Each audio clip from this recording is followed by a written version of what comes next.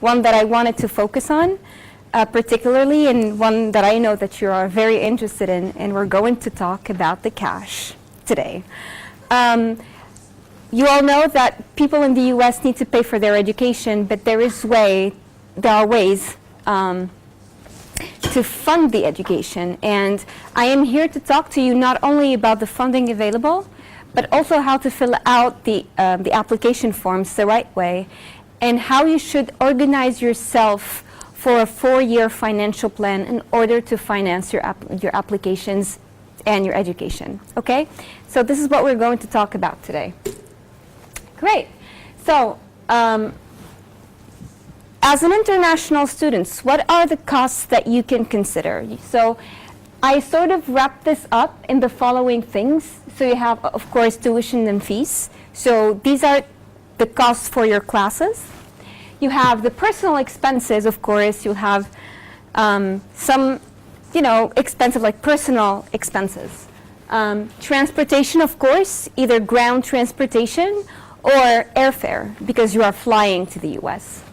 Health insurance, which is very, very important. So unless you have health insurance, you cannot study at American university. So it is by law a requirement to have health insurance as international students. Okay? So usually, to make sure that the costs are not heavy in terms of health insurance, universities provide very affordable health insurance plans. It is usually provided or suggested by the university. And the very cool thing about American universities is that most of the time you will find a health care center on campus. So you wouldn't have to go to an external doctor and be charged a fortune, basically. Books and supplies, these can cost quite a bit. Of course, there are ways around it, because you can either, if you know that you have access to reliable books and materials, you can either buy them from other students, or you can find websites that can help you, or you can exchange books with your classmate if they have a reliable source of information, or books and supplies. And of course, there are some materials that you should buy from the university to make sure that your information is updated. Okay? Room and board. So room and board is where you're going to live. Are you going to live on campus? Are you going to live outside of campus? Are you going to start living on campus, then move out because it's more affordable, or because you've found cool friends that you want to live with outside of campus? Well, usually for high school students, for students who just graduated from high school, for most universities, it is a requirement to live on campus at least 1 or 2 years. The university will require you to live on campus. But starting from a certain stage of your education, you either can find housing outside of campus, or you are encouraged to find housing outside of campus, because sometimes it's a little bit more affordable. It really depends on the kind of setting that you chose for your education. Some of you chose an urban setting. They want to be at a big city, and of course it's a little bit more challenging, and it can be a little bit more expensive if you are at an urban setting. Or that's basically why some students choose smaller cities or rural campuses, because housing is a little bit more affordable. So this is a summary of the university costs. So you need to make sure that you are financially comfortable, because financial comfort will have a direct effect on how well you'll do in class. Okay? So these are the costs to consider, because sometimes, most Tunisians come to me to ask about scholarships, but do all universities provide you with full scholarships? No. Do all universities provide full scholarships? No, not even. But even some universities can promote financial aid and scholarship opportunities, but these opportunities can only be available for domestic students and not to international students. Okay? Here is the first thing I would like you to consider, and this is how I can help you. I can help you find a university, and I can help you find funding before you apply. It is very, very challenging for me to receive people in my office who tell me, look, my daughter is now enrolled at a university and we ran out of money and I don't know what to do. And I don't know how to help those people. Because if you would like to plan your education accordingly, you should take the money into consideration and make sure that you have a solid plan before you decide to go to a university abroad. I'm not only talking about the States here, but anywhere in the world. Okay? Okay, so what does financial aid include? What does it mean? It can be federal aid. It could be work study. It could be student loans. It could be scholarships or government scholarships. When we talk about federal aid here, we mostly talk about domestic students and not international students. If you do not hold the U.S. citizenship, you are not eligible for the federal aid. So when you are working on your research, and if you find federal aid, you need to ask your question, am I eligible for this opportunity or not? And as an international student, you may not be eligible for this because it is from the federal taxes and they invest this money to fund the education of domestic students. Okay? What is work study? Okay, so I need to make this point clear enough, especially to international students. When we talk about work study, we talk about two different aspects. The first one, it can be a fellowship, like you are looking or you have been accepted to a PhD program, and part of your financial aid plan is to teach at the university or to provide teacher aid to a professor on campus. So that is considered as work study. And again, also, when you talk about work study, we also talk about, and I take the case of undergraduate students. So part of your scholarship is dedicated to you working on campus. For example, we know that international students can be eligible to work in the United States before they get their diplomas. In two cases. You have the internships that are related to your field of study. I will explain that at a later point. Or you can work on campus, for example, either for the dorms or at the library or in the cafeteria. And those opportunities are offered to international students for a specific number of hours per week and for a specific amount per hour. So you need to keep that into consideration.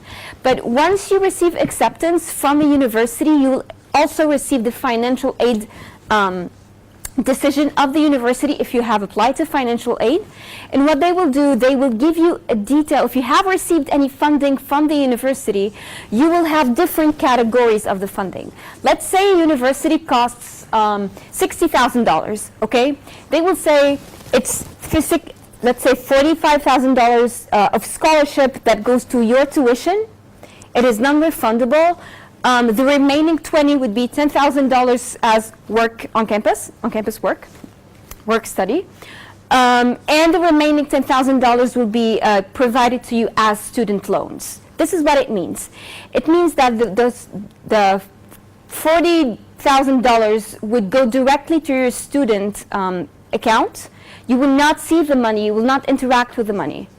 The remaining $10,000 is money that you will receive if you, you will be provided work on campus and you will be paid for that work, for that amount of money. And the rest of it is a loan that will be given to you by the university, but you will have to pay back once you finish your degree. Okay? So this is an example of financial aid document post-acceptance. Okay? So these are student loans. Scholarships is non-refundable. So if you have been given a scholarship, it means that you don't have to pay it back. But if you have been provided a student loan, it means that you will have to pay that money back. Okay? So government scholarships, we talk about two government scholarships. Either the local government, because some countries would provide its citizens with scholarships to study at the United States. Unfortunately, it's not the case for Tunisia. or you get the money from the American government. So it's a United States government-funded program, like the Fulbright program, which is a full scholarship for a master's degree in the US. So this is a government scholarship that is provided by the US Department of State. Okay, so these are the terms that you can bump into when you're looking at a university website, at the financial aid section. Okay, do you have any questions so far? Ça va? Okay, let's move on. So we talked about the federal aid, and I would like to focus on this because especially for international students who are applying to undergraduate program, if you are looking for a scholarship, you need to apply for it. It's not money that is automatically given to you or provided to you because it is very, very selective. Imagine how many students are applying from abroad, from outside of the United States, and imagine how many of these who are actually applying, including the domestic students, are asking for money from the universities. Okay? So you will, when we talk about the application form, we talk about the ISFA or the FAFSA. So the FAFSA is the federal aid scholarship application. So do not fill that document out. If it's the only document you found on the website, you need to email the university and ask them if they provide any funding for international students because this is not the right document. What you have to fill out though is either the ISFA, so it's the International Student Financial Aid Application. You can find it on College Board or you can find it, you can actually Google it. You write ISFA in the year during which you are applying, and this is how you will find it. You can find a PDF version of it. Okay, so now it's College Board who has ISFA, so you will find the College Board logo on the ISFA financial aid application. So once you find College Board, I'm pretty sure it's reliable because you can find plenty of other applications, and you need to make sure that you are applying with the right document. Okay, so if you're not applying through ISFA, you're applying through another system that is also existent on the collegeboard.org website. It is called the CSS profile. So the CSS profile is not only a document, it's an online application in which you will explain your current family financial situation, and it will help the university determine if you need money or not, and if you need money, how much money you will end up being granted. Okay, so they will try to evaluate your family assets, your family debt, for example. They will ask you questions about your expenses, whatever you own, whatever your family owns, and whatever financial commitments your family has at this stage. And I think they look back 1 year before and they look forward 1 year ahead. And they will try to evaluate your situation. If they keep your application aside, they will compare it with other students because they know the funding is limited. So we have several types of scholarships.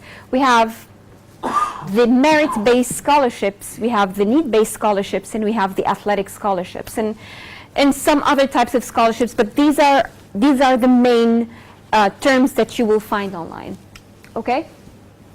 So merit-based, need-based athletics, need-blind, and organizational scholarships. You have government scholarship, corporate scholarships, and foundations. Okay, so let's go one by one. The institutional scholarships. When we talk about merit-based scholarships, we talk about money that will be provided to you because you deserve it, compared to, or as opposed to, how much you need it. However, the need-based scholarship is based on the need, okay? Most universities take a mix of these two, and they will provide the money according to the applications they ended up selecting. Does it make sense? So they will look at how much money you need.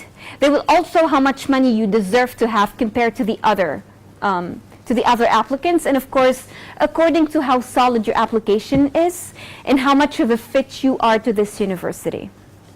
Okay? Athletic scholarships, basically, you will be recruited not only because you're an athlete, but because you have a good application, because you're a good fit to the university, and also because you're an athlete. So when you are applying to either a merit-based or need-based scholarship, you will find the same document that everyone has to fill out. However, if you are looking for an athletic scholarship, and just for the record, athletic scholarships usually are offered to high school students who are about to apply to undergraduate opportunities. Okay, hold on. So it is the coach that either approaches athletes, either in the US or outside of the US, or if you are looking for an athletic scholarship, I think you should definitely contact the coaches of the sport that you practice. And this is how the decision is made. Okay? Have you heard of Need Blind before? No? Do you have an idea? So it is a very limited of universities that offer a Need Blind scholarship. It's very rare. But a Need Blind scholarship is very close to what we call headhunting.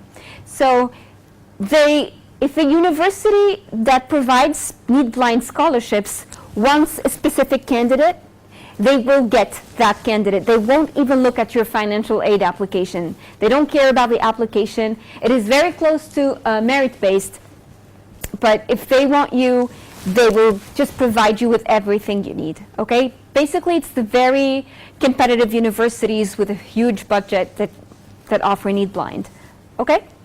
So that's Need Blind. Organizational scholarships, so we have the government scholarships. As I explained earlier, there is the corporate scholarships. What is a corporate scholarship? So, for example, you have a firm in Tunisia that would like to hire you, or that has already hired you. And this firm, in the meantime, you applied to a university, and this university did not provide you with funding, and you can negotiate this with your employer. So a corporate scholarship is funding that you will get from a corporate organization, and for which you will commit to coming back to the team once you finish. So they will pay for your education. In return, you'll have to come back to your home country, and you'll have to be employed for a specific period of time. It is up to them to define the contract. Okay? Foundation scholarships. So it is for either corporate foundations or any types of foundations around the world who would like to invest money in students or in scholarships, for example. So we have Al Ghurair Scholarship. We have, I think, is it the Bill Gates Foundation? We have the Clinton Foundation. So some of these institutions do offer funding either to national or international students. They can have conditions to you getting the money. For example, I remember a scholarship that was offered by an Arab foundation, and the condition is once you finish your education and once you receive your diploma, you will have to work in a country in the Middle East for at least 2 years. So these can be conditions, so you need to know what you're signing up for before you receive the scholarship. Okay? So need-based application. Yeah? Question, sure. About the corporate scholarship. Let's say I negotiate this with my company. As a counterpart, would they get some tax reduction or something like that? Not all the time. Not all the time. I don't know how. I mean, it really depends on the country as well. I can't fully answer this question, but I know for the American system, for American organizations, if you donate money, you'll have tax returns on that. I mean, you'll have tax reductions. I'm not sure about Tunisia. So I'm talking basically about international students who will end up returning to their home countries. It is up to the company to decide. But on your end as an international student is, okay, so do I want to work for you in 2 to 3 years? And if I do, what am I getting? What kind of contracts you'll be offering me? And if I choose not to work for you, even after I receive the money, is there a way to turn back from this? Is there a way to pay you back? So these are the details, these are the most important details, and they will have to figure out their own tax situation. I mean, finance and accounting are just not my forte, but it is actually a good question. I will ask and get back to you. That's a really good question. Okay.